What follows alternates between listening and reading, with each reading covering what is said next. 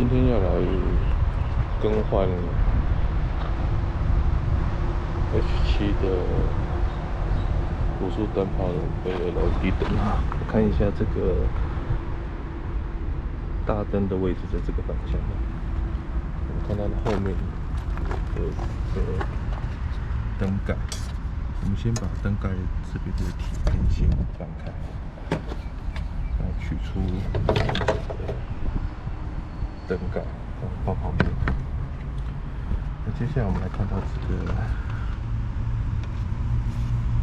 有一个白色的位置，这边是一个那个 H7 卤素灯泡的灯座。我们用手按住这个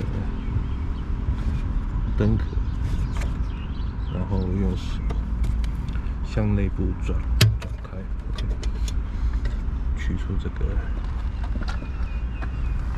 H7 的卤素灯泡，我们来更换成一个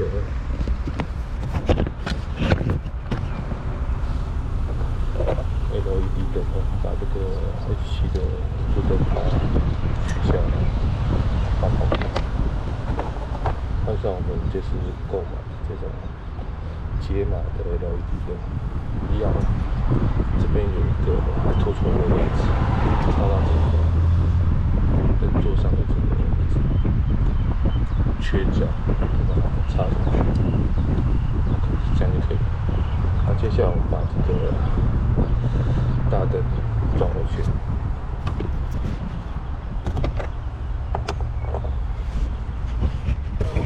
装法跟拆法差不多。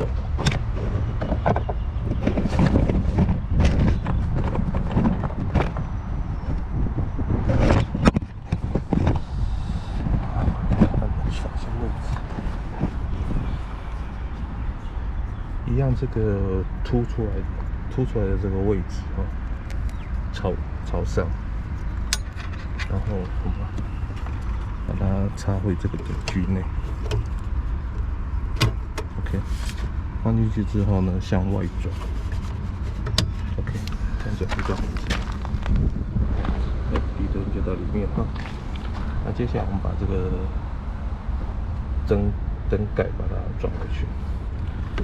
一样，这边有个插口，压进去。好，然后再把这个铁片压回去。OK， 这样就完成了。如果有兴趣的车友呢，需要购买这个 LED 灯，可以欢迎跟我联络，谢谢。